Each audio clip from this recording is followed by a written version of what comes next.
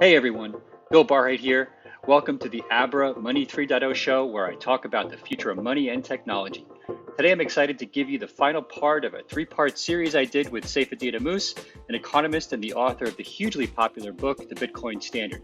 To listen to parts 1 and 2, you can check out the previous episodes of the Money 3.0 show on Apple Podcasts and Spotify.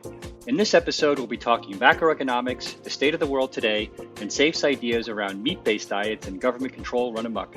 But before we get into it, I want to warn you that some of the views presented here are extreme and don't necessarily reflect my personal views or those of Abra, but we felt that it was important to present Saif's views on their raw, unedited form. The information presented in this podcast is provided for informational purposes only and should not be used or construed as an offer to sell or a solicitation of an offer to buy any of the financial assets discussed. This report should not be construed as advice designed to meet the particular investment needs of any investor. Any opinions expressed herein are subject to change. Neither Abra nor any of the participants in this podcast make any representation as to the suitability or appropriateness of these financial assets for individual investors. Investors must make their own determination, either alone or in consultation with their own financial advisors, as to the suitability or appropriateness of such investments. So without further ado, I present to you part 3 of my discussion with Saifedean Ammous. Enjoy.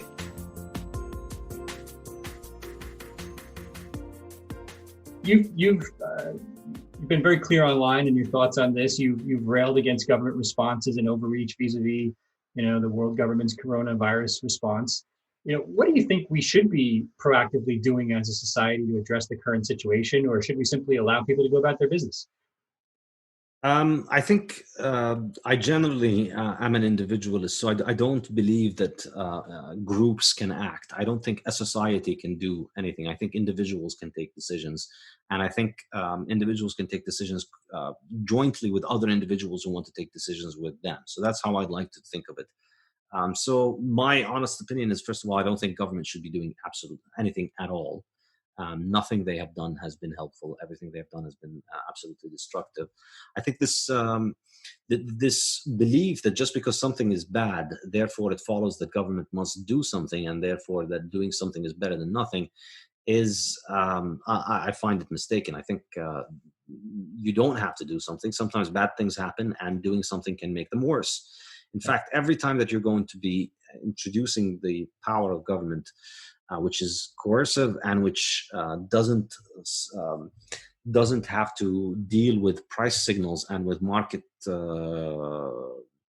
with the test of profit and loss in a market, you're very likely to be making things worse. And so I think the way that I look at it, and this is extremely controversial to be saying this today, is that you should be very, very, very careful, and you should take precautions. But that does not mean locking people at home. It means watch your food, watch what you eat. This is really the best way to protect yourself from this virus. As now we've had several months of data, and we see that basically young people who are healthy are at practically zero risk of developing serious complications from this. So if you stay away from foods that are highly inflammatory, particularly sugars and seed oils, I think are the absolute worst. And if you eat well, and if you get nourished well, and in my mind that means eating a lot of meat, you will boost your immune system to the point where such things are, you could catch it, but it won't be the end of the world. You'll get sick for a day or two, or maybe. My own brother is a doctor in New York. He was at a hospital where he treated hundreds of these patients, and he's pretty sure he contracted it. He got sick. He didn't test himself. He hasn't taken the test yet, but he got sick for a day, had a sore throat. He was dealing with the patient, and he became a little too close with the patient while dealing with them, and then he couldn't sleep that night, and he had a little bit of a sore throat, but then he was fine the next day. So I think if what the virus is not so much the problem itself, in as much as it is exposing the massively compromised immune system of a population that has been eating a lot of junk for a very long time. And it's amazing that the sad thing about this kind of world, where government is constantly telling people to eat more grains and to eat less meat, and to that you can eat junk food in moderation, which is of course extremely nonsensical because junk food is highly addictive. So that's like saying cocaine is fine in moderation or heroin is fine for you in moderation. You can't do those things in moderation. Yeah. It's very hard. And these foods, industrial junk food has been designed for 100 years. It's just the science of how to get you to eat more, and so that it's very hard. I'm sorry? Got its own R0, right? I mean, it's meant to be addicting. Starbucks is the ultimate business model. It is addicting. It's pleasure versus pain. And the cost is tremendous, but it creeps up on you. So it's like the perfect business model if you want to take advantage of what you're saying. Absolutely. And it's I think the amazing thing is that when people say, all right, well, we need to just lock down, we have to do something, is remember, you're tasking the same people who have been telling you for 50 years to eat more junk, and you're expecting them to lock everybody at home, and that they're going to do this well, and it's going to work, and it's going to be a good idea, and we're trusting them on the fact that this is a good idea in the first place. So I think freeing your mind from the kind of dependence on government in terms of their advice and in terms of expecting them to save you is really the first step. Eating well, taking care of your health is the second step. And beyond that, I think, it's clear, obviously, this virus does seem to be very, very serious for people who are old and for people who have compromised immune systems. And for that, I mean, I couldn't think of something worse to do than to shut down society, impoverish people, and lock everybody behind at home, because you're not helping the poor people in society if you put their children out of business. You're making their life worse. You're making it less likely that they would be able to afford good food. You're making it less likely that they can go outside and get fresh sunshine. I think the obscene thing about it for me is just the insulting paternalism of the idea that, all right, we've figured out what's best for you, which is to stay home. As if somehow one guy deciding at the World Health Organization that they know what is best for everybody overrides 7 billion people figuring out what is best for them. I've lived on this earth long enough to have my own ideas about how I get sick and how I get healthy. And I know that, going to the sun is better for me. Eating this thing is bad for me. Being able to spend money on eating good food is good for me. And when you just impose this kind of top-down solution, when you tell people, all right, nobody works, nobody can leave home, stay home, you limit the option of the space of options available for people drastically. And I'm 100% certain that as more data comes along, this is going to be clearly an absolute catastrophe, and not even comparable to the virus in terms of its damage and its impact. It's not going to be even close. We've already gotten more than 30 million people unemployed in the US, more than 120 million unemployed in India. There'll be billions of people who will suffer financially from this for many years to come. And of course, that's going to include a massive death toll as well. Diseases like malaria and tuberculosis and all the other very serious diseases that are constantly killing people, they are all exacerbated by the fact that people can't leave their home, by the fact that people are poorer, by the fact that people can't work, can't get decent food. All of these things are going to get massively exacerbated over time, and it's just going to continue to get worse. And it's absolutely tragic. It's mind blowing. If you see my Twitter the last few days, I haven't shut up about it, and I'm tweeting nonstop. This is the most animated I've seen you. So I posted an article. Speaking of Twitter, I posted an article on Twitter. If you want to see it, it's on Bill Barhydt on Twitter, where I mentioned that global remittances are likely to have fallen at least 30% in March, and potentially more in April, and potentially more in May. And for people who are unclear, remittances, I'm talking about migrant workers and maybe second generation families sending money back to their country of origin, farmers sending money back to Mexico, oil workers in the Middle East sending money back to their home in India, medical workers in the US sending money back to the Philippines. These are common scenarios. Those migrant workers are out of work. Taxi drivers in Miami and Boston and New York from Haiti which represents 30% of Haitian GDP, that money has stopped flowing, right? Haiti is now going to face an entirely new humanitarian crisis because of that money no longer flowing.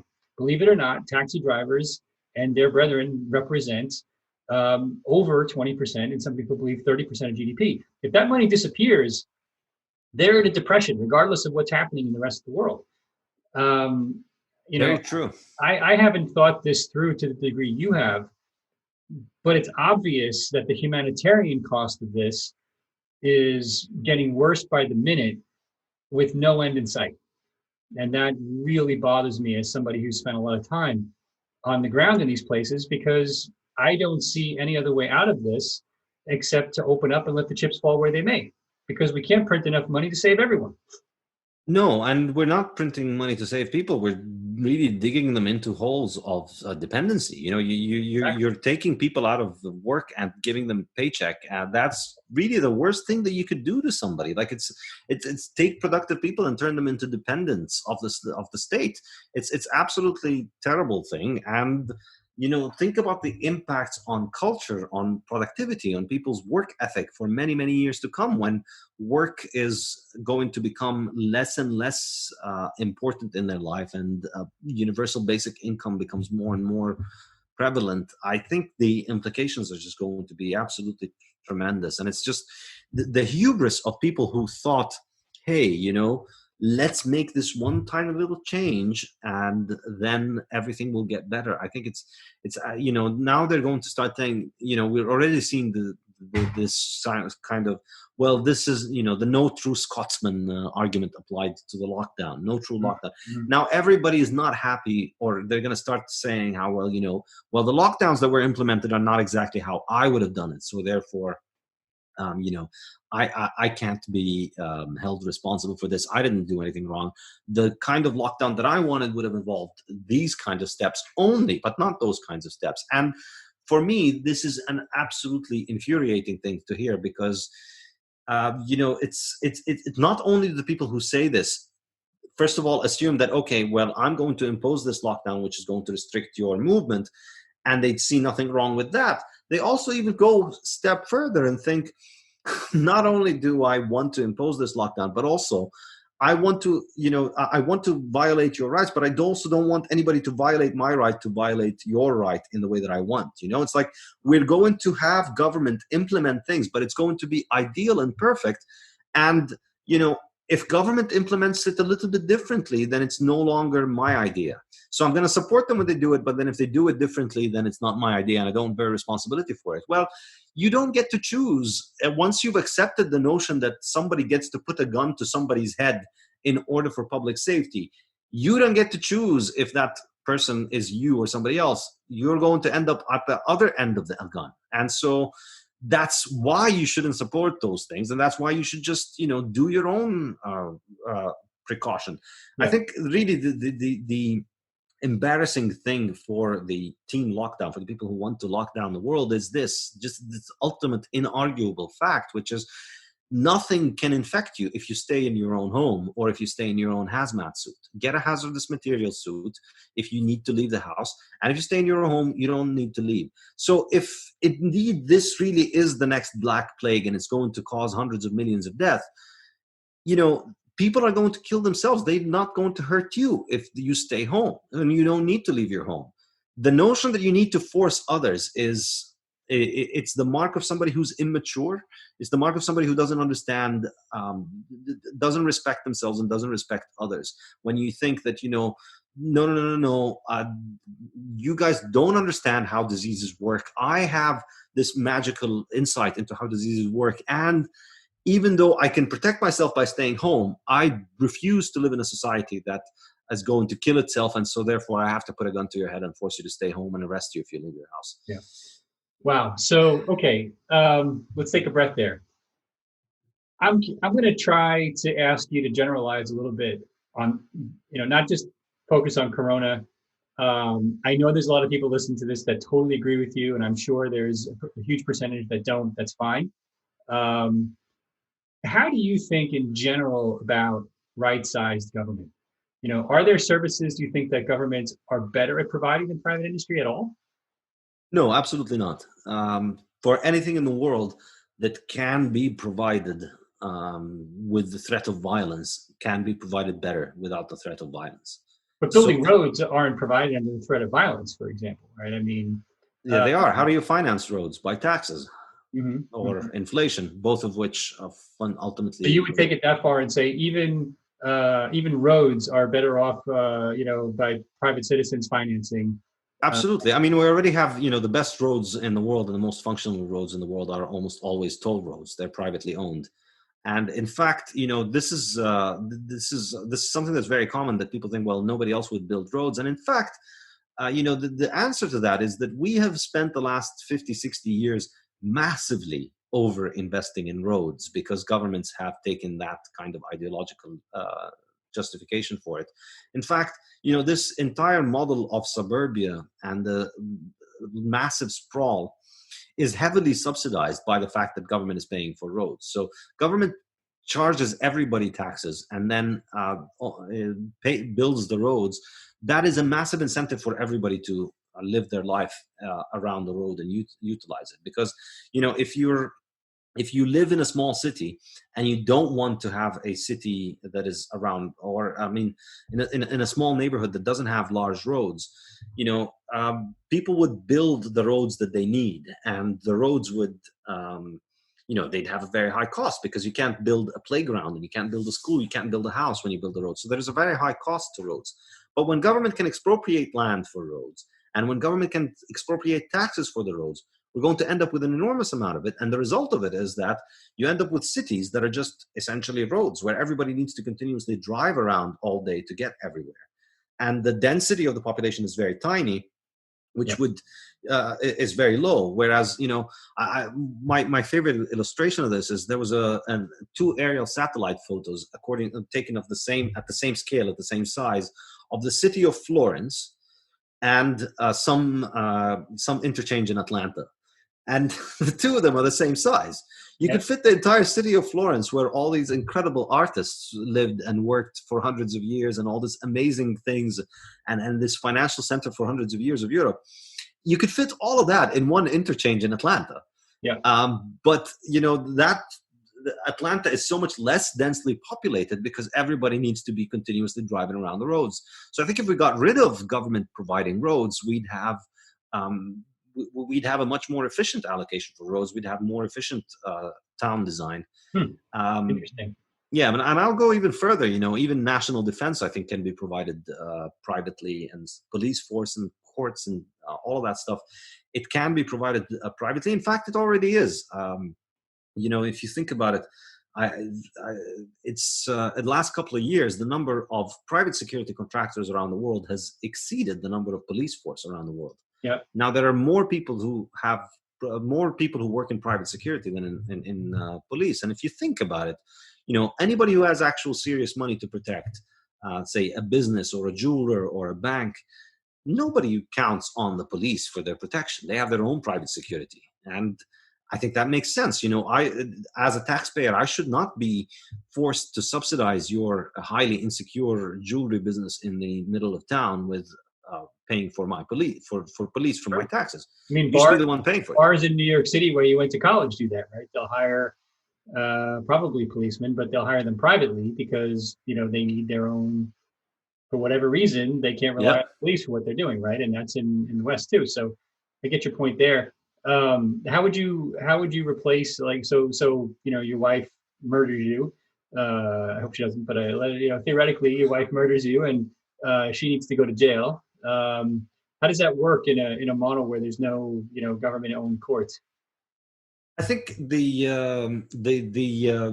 best analysis that I found of this is to think about security as a good. If we didn't have government monopolizing the security market, at least ideologically telling us that it monopolizes it, we'd have a much more developed security market. And I think the way it would work is that insurance companies would be providing it. I recommend a book called The Myth of National Defense.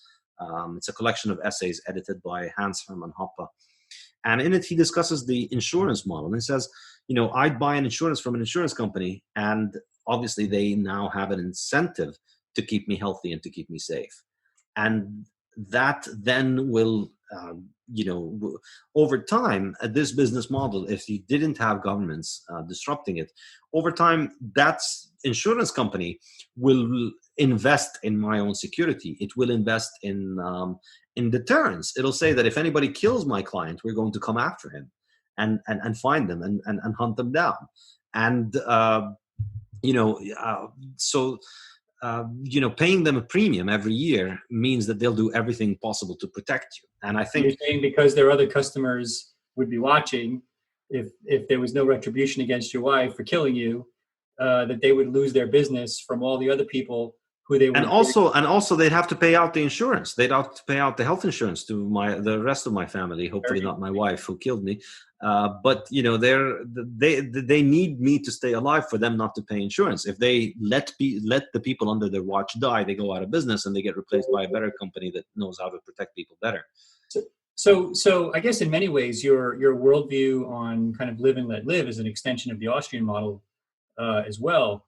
Do you see any kind of realistic path to the reality of the world today, to the worldview that you're espousing? The way that I look at it, I have no interest in building the anarchist utopia of a world where, we've got zero government, in the same way that I'm under no illusion that I'm ever going to witness a world that has no theft and no murder. No interest rape. Because you don't think it's realistic, or no interest because it's not, it's not tenable, not feasible? Because as an economist, I think in terms of marginalism, I think of just moving from here to the better step. I think it's, I think, the utopia is, thinking in terms of utopia is how you get yourself into a worse situation. Like, how do I jump to that utopia? Well, you end up setting yourself backward. Sure. But if you make marginal steps, life improves. So as far as I'm concerned, I'm confident that I'm not going to live in a world that has no governments before confident, maybe not too confident, but there's still going to be governments. There will still be coercion. There will still be murder. There will still be rape. There will still be theft. But the challenge with all of those things, as a peaceful person, as a libertarian, as an anarchist, is to live your life so that you don't take part in them and you're not the victim of them. That's what really matters for me. So I don't care if, I do care obviously, but it's not my goal to put all governments out of business right now. My concern is to protect myself and my family from the things that they do. And so I think, Bitcoin can help move us enormously toward the world that is much better by allowing each individual to better protect themselves from the predation of government. And as I say in my book, the really interesting thing is that if the more Bitcoin takes off, the less governments are able to finance themselves from our inflation. Yep. I'm curious, are there any politicians at all that you admire for any reason? Ron Paul. I like Ron Paul. It seems Maxime Even Ron Paul would say that there is a role for government, I would guess, right? Yeah, he's a minarchist. Well, I'm not sure. I mean, I think there's. I'm not sure actually if Ron Paul is a full-on anarchist. If you really get him talking, give him a couple of drinks, he'll probably confess that he's.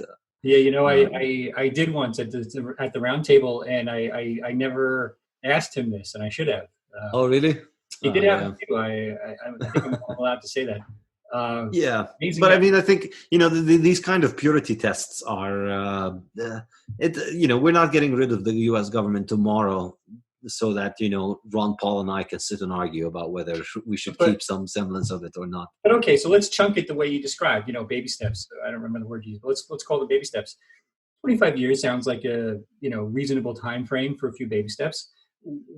What do you think the world looks like in 25 years from a geopolitical perspective? Have we moved, even with baby steps, towards your utopia?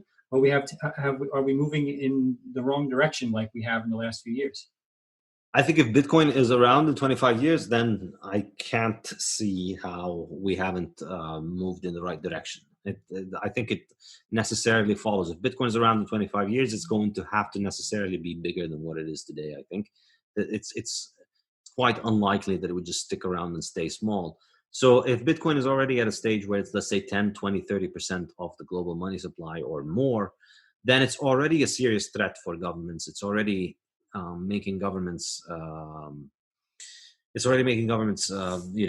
unable to extract, as much seigniorage as they otherwise would.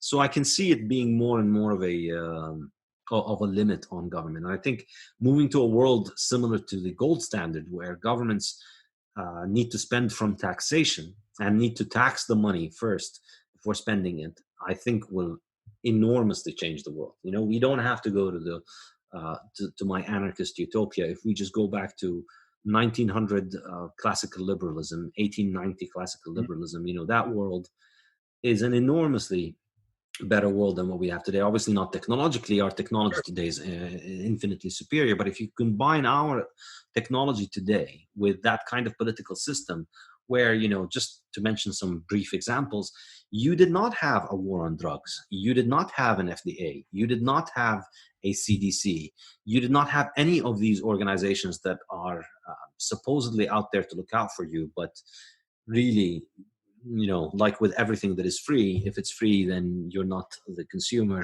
right? You are the product. Yeah, totally agree. Okay, so I got to ask you. So you mentioned health and eating lots of meat. So what's your go-to steak? Do you have a favorite? Porterhouse. Porterhouse. Okay. Do you Yeah. eat that at home yourself, or? Yeah, I love to grill. I've always been a big fan of grilling, so I grill a lot. I grill on wood fire, and I grill on a gas grill as well. And I basically eat only meat. I eat between 2 and 4 pounds of beef every day, basically. Every day? Yeah, I eat nothing else. I drink water and I eat meat. So what's breakfast for Saif? I mean, what does a meal look like? Burgers, steaks. Burgers for breakfast. I love that. Yeah. I've never heard anyone say that in my life. Just the burger patty itself. You make the burger patty and you eat it. It's delicious. Yeah. Here's an excellent tip for you. If you're ever traveling, this is eating like me. People think it's difficult. Where are you going to find meat? But it's actually the easiest thing in the world. Just go to any fast food place and just order the burger patties.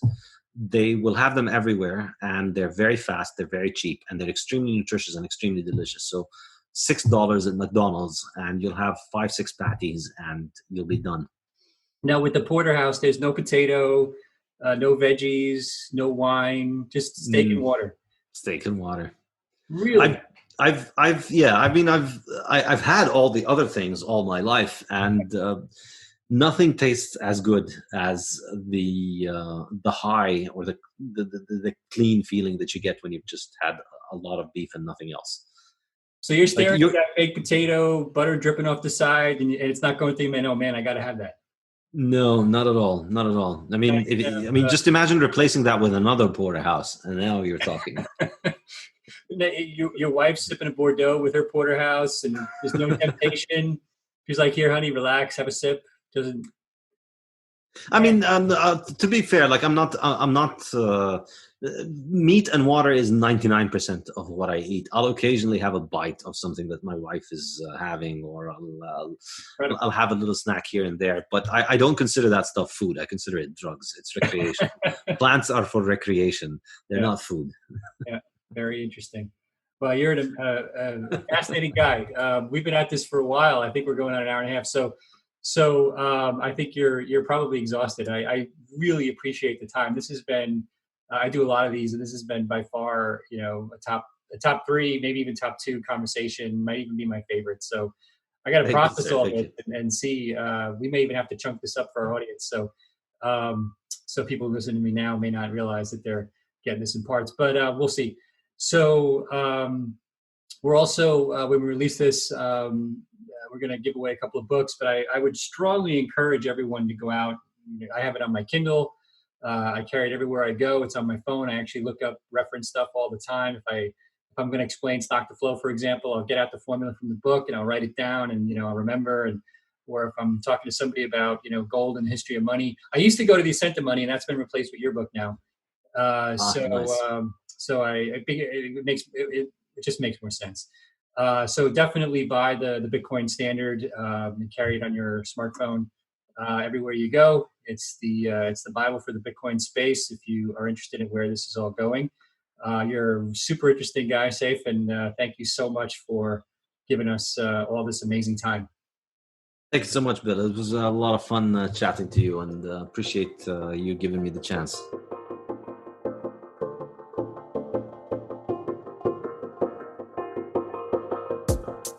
What an amazing conversation. Thanks for listening. We have a very special surprise this week for our listeners. Simply tweet a link about this episode that you can find on abra.com/podcast, mentioning our Twitter handle @AbraGlobal in the tweet for a chance to win a signed copy of the Bitcoin Standard. The winner will be announced on Twitter by June 5th. To find out more about Abra, visit abra.com. See you in the next episode.